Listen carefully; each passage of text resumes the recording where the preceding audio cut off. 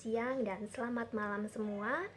Perkenalkan, nama saya Pramusinta Hermawati, NIM 17 05520274. Di sini saya adalah kelompok A2 yang ingin mempresentasikan tentang dua hal, yaitu yang pertama tentang audit pendahuluan dan yang kedua adalah tentang review terhadap pengendalian manajemen. Mari kita bahas satu persatu. Sebelum mempelajari lebih lanjut, perlu kita ketahui terlebih dahulu bahwa audit pendahuluan itu dilakukan dalam rangka mempersiapkan audit lebih dalam. Nah, audit pendahuluan ini itu mempunyai tujuan. Yang pertama, itu membuat auditor sendiri akrab terhadap aktivitas yang diaudit. Lalu yang kedua itu mengidentifikasikan dan mengevaluasi pengendalian manajemen keuangan untuk mengisolasi area-area mana saja yang bermasalah. Lalu untuk yang ketiga itu merencanakan pekerjaan audit secara rinci. Nah, setelah kita mengetahui tentang tujuan-tujuan dari pelaksanaan audit pendahuluan ini, kita akan mengetahui tentang hal-hal apa saja yang perlu diperhatikan dalam pelaksanaan audit pendahuluan. Nah, dalam pelaksanaan audit pendahuluan ini kita perlu memperhatikan 5 hal. Apa saja itu? Mari kita bahas. Yang pertama adalah pemahaman auditor terhadap objek audit. Nah, objek audit ini sendiri itu meliputi keseluruhan perusahaan atau kegiatan yang dikelola oleh suatu perusahaan dalam rangka mencapai suatu tujuan. Setiap perusahaan yang berdiri pasti kan memiliki tujuan yang hendak dicapai. Nah, setiap objek audit ini pastilah memiliki wewenang dan tanggung jawab yang berbeda-beda. Ini semua sesuai dengan karakteristik dari sistem pendelegasian wewenang yang diselenggarakan pada perusahaan tersebut. Nah, untuk mencapai tujuannya, objek audit menetapkan program di mana pelaksanaannya tersebut dijabarkan ke dalam berbagai bentuk kegiatan. Nah, program yang telah ditetapkan ini pada suatu departemen pastinya harus selaras dengan tujuan perusahaan secara keseluruhan, tujuan yang telah dirancang sebelumnya, seperti itu. Nah, sampai sini kita mengetahui bahwa seorang auditor itu harus memahami tujuan perusahaan dan program-program yang diselenggarakan untuk mendapatkan pemahaman tentang keselarasan tujuan. Nah, untuk mendapatkan informasi apakah kegiatan telah dilakukan sesuai dengan program untuk mencapai tujuannya itu, seorang auditor harus memperhatikan metode operasi, yaitu cara pelaksanaan kegiatan dan sumber daya yang dimiliki oleh objek audit. Nah, hubungan dari metode operasi dan sumber daya inilah yang nantinya dapat memberikan informasi awal untuk auditor dalam mendapatkan informasi awal yang diinginkan, yaitu tentang kegiatan yang telah dilakukan itu sudah efektif dan efisien atau belum, sesuai dengan sesuai dengan auditor atau belum, seperti itu. Nah, dari pemahaman objek audit ini, seorang auditor itu harus menarik kesimpulan sementara dan mengkomunikasikan dengan atasan pengelola objek ataupun pemberi tugas agar tidak terjadi kesalahpahaman. Jadi sudah ada komunikasi di antara keduanya, yaitu antara auditor dan pemberi tugas. Hal ini untuk meminimalisir kesalahpahaman, seperti itu. Nah, untuk yang kedua itu adalah penentuan tujuan audit. Auditor itu harus menentukan tujuan audit untuk semua audit manajemen yang akan dilakukan. Nah, dan tujuan ini haruslah mengacu pada alasan auditor untuk melakukan audit pada objek audit yang tentunya didasarkan pada penugasan audit itu sendiri. Nah, dalam merumuskan tujuannya ini, auditor itu bisa melakukan dengan cara yang pertama itu mengidentifikasi tujuan yang ada, lalu yang kedua itu mempertimbangkan tujuan audit, lalu yang ketiga itu mempertimbangkan kembali aktivitas-aktivitas yang memiliki resiko kegagalan tinggi, seperti itu. Nah, yang keempat ini adalah membahas dengan pemberi tugas atau pengelola objek audit itu tersendiri. Nah, lalu untuk menentukan tujuan audit ini, auditor itu harus mengukur dengan cermat sasaran yang dapat diaudit, seperti itu. Lalu seorang auditor itu juga harus mengukur sumber daya yang ada itu sudah cukup memadai atau belum. Lalu untuk yang ketiga itu adalah waktu pelaksanaan yang tersedia itu cukup untuk diaudit atau tidak, seperti itu. Lalu seorang auditor itu pastinya akan menekankan pada aktivitas yang memerlukan perbaikan dalam penentuan tujuan audit, dan pastinya dengan memperhatikan berbagai resiko-resiko yang mungkin saja terjadi, yaitu resiko-resiko kegagalan yang mungkin terjadi, seperti itu. Dan dalam menentukan tujuan audit ini, auditor itu harus menyesuaikan dengan yang diinginkan oleh pemberi tugas gitu. Jadi hasil dari berbagai analisis yang telah dilakukan terhadap faktor-faktor yang mempengaruhi penentuan tujuan audit ini harus dikomunikasikan terlebih dahulu dengan pemberi tugas gitu. Jadi antara pemberi tugas dengan auditor ini sudah ada komunikasinya terlebih dahulu, jadi antara keduanya ini itu tidak ada salah paham, seperti itu. Antara auditor dengan pemberi tugas itu harus memiliki sudut pandang yang sama, jadi keduanya itu harus memiliki sudut pandang yang sama. Lalu untuk yang ketiga itu adalah penentuan ruang lingkup dan sasaran audit. Sebelum sasaran audit, kita akan membahas tentang ruang lingkup terlebih dahulu. Jadi ruang lingkup audit ini itu menunjukkan luas dari sasaran audit. Ruang lingkup audit ini harus mengacu pada tujuan yang telah ditetapkan.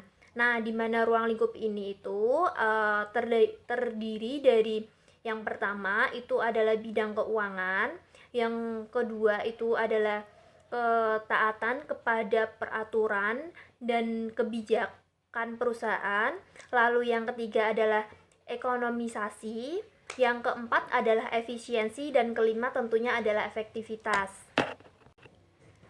Nah, yang kedua adalah sasaran audit. Sasaran audit itu adalah target yang hendak diaudit itu sendiri. Dalam sasaran audit ini ada elemen-elemen penting. Apa saja elemen penting itu adalah, yang pertama itu adalah kriteria, lalu yang kedua itu adalah penyebab, lalu yang ketiga, bila ada penyebab tentu ada akibat. Dari ketiga elemen itu pastinya saling berhubungan. Nah, hubungan ini yaitu berdasarkan kondisi yang telah ditemukan pada saat pemeriksaan, itu auditor akan menghubungkan kondisi ini dengan kriterianya, seperti itu. Apakah kondisi itu sudah sesuai dengan kriteria si auditor atau belum? Jadi apabila ada perbedaan antara kondisi dengan kriterianya si auditor itu, maka auditor itu harus mencari penyebabnya, kenapa bisa ada perbedaan antara kondisi dengan kriteria si auditornya itu. Jadi perbedaan antara kondisi ini dengan kriteria auditor akan ada kesenjangan antara kondisi dengan kriteria. Nah, kesenjangan ini itu yang nantinya akan diukur akibatnya gitu. Jadi akibat ini tuh dikelompokkan menjadi dua, yaitu akibat finansial maupun non finansial seperti itu. Apabila terjadi akibat buruk, maka itu menunjukkan bahwa adanya kelemahan yang masih terjadi pada penerapan dan kriterianya. Nah, di sini prinsip kehati-hatian auditor dalam memahami permasalahan dalam objek pemeriksaan dan tujuan dilaksanakannya audit itu sangat penting, karena untuk menghindari terjadinya kesalahan interpretasi dan mengelompokkan temuan-temuan yang diperoleh. Nah, lalu kita akan membahas tentang hal yang keempat. Itu adalah tentang pengembangan kriteria awal dalam audit. Nah, kriteria itu digunakan untuk menilai pelaksanaan dan pengendalian berbagai aktivitas yang dilakukan dalam perusahaan. Jadi, kriteria ini sangat berperan penting dalam audit manajemen, sehingga auditor harus yakin bahwa kriteria yang digunakannya ini itu adalah sudah tepat, seperti itu. Jadi kriteria yang digunakan ini sesuai belum seperti yang diharapkan oleh auditor. Auditor akan berhadapan dengan masalah di mana tidak semua objek pemeriksaan itu terdokumentasi, terus up to date, lalu terukur gitu. Jadi oleh sebab itu auditor itu harus dapat mengembangkan kriteria awal yang bisa digunakan sebagai dasar dari pelaksanaan audit, dan pengembangan ini harus disepakati oleh pihak audite, seperti itu. Nah, dari penjelasan di atas kita dapat menemukan akan 5 hal penting yang perlu diperhatikan, yaitu tadi yang pertama adalah pemahaman audit terhadap objek audit, lalu yang kedua adalah penentuan tujuan audit, lalu yang ketiga adalah penentuan ruang lingkup dan sasaran audit, lalu yang keempat adalah review terhadap peraturan dan perundang-undangan yang berkaitan dengan audit, seperti itu. Lalu yang kelima, itu yang terakhir, adalah pengembangan kriteria awal dalam audit. Nah, setelah itu si auditor itu harus membuat kesimpulan dari kelima aspek tadi gitu. Jadi kesimpulan ini itu nanti kemudian akan menjadi langkah awal auditor dalam tahapan audit selanjutnya. Nah, setelah kita mempelajari tentang audit pendahuluan, kita akan membahas tentang yang kedua tadi, adalah review pengendalian manajemen. Seorang manajemen itu harus melaksanakan tugas dan fungsi dari pengendalian. Mengapa demikian? Karena hal ini dibutuhkan untuk mengoptimalkan penggunaan sumber daya, lalu memotivasi pegawai agar dapat melaksanakan tugasnya sesuai yang diharapkan oleh perusahaan. Lalu hal ini juga dapat mencegah terjadinya berbagai penyimpangan yang tidak diharapkan. Dalam sistem pengendalian manajemen, kita dapat melihat karakteristik apa saja sih yang dapat dikatakan bahwa sistem pengendalian tersebut itu adalah sistem pengendalian yang baik. Kita bahas satu persatu. Yang pertama adalah pernyataan tujuan. Nah, setiap perusahaan itu pasti kan memiliki tujuannya sendiri-sendiri, yang dimana tujuan itu ingin dicapai oleh setiap perusahaan, seperti itu. Jadi tujuan perusahaan itu harus dinyatakan, karena dalam setiap perusahaan itu kan pasti memiliki tujuannya masing-masing yang akan dicapai. Lalu dengan demikian program untuk mencapai tujuan itu harus juga dipahami. Jadi setiap perusahaan itu untuk mencapai tujuannya itu kan pasti memiliki program-programnya tersendiri untuk mencapai tujuan yang sudah ditetapkan seperti itu. Nah, apabila tujuan itu sudah ditetapkan, maka dengan adanya tujuan tersebut, komponen dapat bekerja, semua komponen itu dapat bekerja sesuai dengan arah, karena sudah mengetahui tujuan apa yang harus dicapai dan aktivitas-aktivitas apa sih yang harus dilaksanakan untuk mencapai suatu tujuan. Jadi auditor harus memahami tujuan dari perusahaan tersebut. Lalu yang kedua adalah rencana perusahaan. Nah, untuk mencapai suatu tujuan, pasti perusahaan akan menyusun sebuah rencana. Nah, rencana perusahaan itu harus disusun sedemikian rupa untuk mencapai suatu tujuan. Nah, mengapa rencana itu disusun? Ya karena untuk tujuan itu diperlukan. Mengapa rencana itu disusun? Ya karena untuk mencapai tujuan itu diperlukannya rencana agar tujuan itu dapat dilakukan, dicapai seperti itu. Sehingga segala kegiatan itu sudah dirancang terlebih dahulu dengan sedemikian rupa agar tercapai tujuan sesuai dengan apa yang diharapkan oleh suatu perusahaan. Lalu yang ketiga adalah kualitas dan kuantitas sumber daya manusia. Nah, setelah rencana perusahaan telah ditentukan, maka perusahaan itu juga butuh SDM seperti itu. Jadi tentu saja rencana tersebut harus didukung pula dengan kualitas dan kuantitas sumber daya manusia. Sudah jelas bahwa sumber daya manusia itu memiliki peran yang sangat penting dalam pelaksanaan tujuan perusahaan, karena wewenang dan tanggung jawab berhubungan dengan sumber daya manusia. Kapasitas SDM yang ada ini dipengaruhi oleh kuantitas dan kualitas.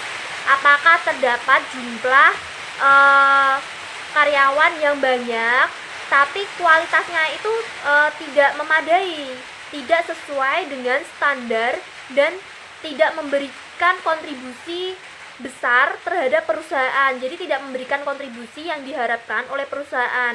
Maka karyawan tersebut hanya akan menjadi beban perusahaan saja, karena perusahaan harus menggaji mereka. Sementara karyawan itu tidak memberikan kontribusi besar terhadap perusahaan. Jadi itu akan berakibat pada perusahaan tersebut, kerugian perusahaan tersebut. Agar auditor itu dapat mengetahui apakah ketersediaan sumber daya manusia dan keefektifannya itu dalam pencapaian tujuan perusahaan, maka auditor itu harus memperhatikan apakah cara penerimaan pegawai di perusahaan itu sudah dilakukan dengan cara yang benar, yaitu dengan aturan-aturan yang telah ditetapkan oleh perusahaan. Setiap perusahaan itu pasti memiliki standarnya masing-masing untuk menerima pegawai seperti itu. Untuk standar kepintaran atau kecekatan atau pengalaman itu pasti setiap perusahaan itu sudah menentukan kriteria untuk dijadikannya sebagai karyawan. Lalu yang keempat adalah kebijakan dan praktek yang sehat. Nah, kebijakan dibuat dalam rangka mendukung kelangsungan praktek yang sehat. Di dalam perusahaan itu tentunya harus memperhatikan berbagai kepentingan berbagai pihak seperti itu. Jadi di dalam perusahaan tersebut itu kebijakan itu harus terlebih dahulu dikomunikasikan kepada seluruh pihak yang berkepentingan. Untuk menguji kebijakan yang dibuat oleh perusahaan ini, seorang auditor harus memperhatikan apakah kebijakan tersebut itu telah jelas dikomunikasikan dengan yang berkepentingan, yaitu seluruh manajemen, seluruh karyawan, dan kebijakan ini itu telah mengakomodasikan kepentingan berbagai pihak gitu. Jadi Lalu ada lagi, auditor itu harus mengerti apakah kebijakan tersebut sudah sesuai dengan peraturan perundang-undangan yang ada. Jadi apakah kebijakan itu telah efektif, efisien, dan relevan. Auditor itu harus mengerti tentang hal-hal tersebut. Nah, yang terakhir, kita sudah memasuki topik pembahasan yang terakhir, yaitu tentang sistem review yang efektif. Nah, sistem review ini itu menyangkut bagaimana pihak-pihak yang berwenang itu melakukan review terhadap berbagai aktivitas yang dilakukan. Nah, manajemen itu harus menetapkan sasaran yang hendak dicapai. Auditor harus melakukan audit terhadap semua rencana yang dibuat berkaitan dengan aktivitas yang akan dilakukan dan juga ketersediaan sumber daya manusia. Lalu auditor juga harus menelusuri semua metode yang digunakan dengan rencana yang berkaitan dengan aktivitas tersebut. Demikian ulasan yang saya sampaikan berkenaan dengan audit pendahuluan dan review terhadap pengendalian manajemen.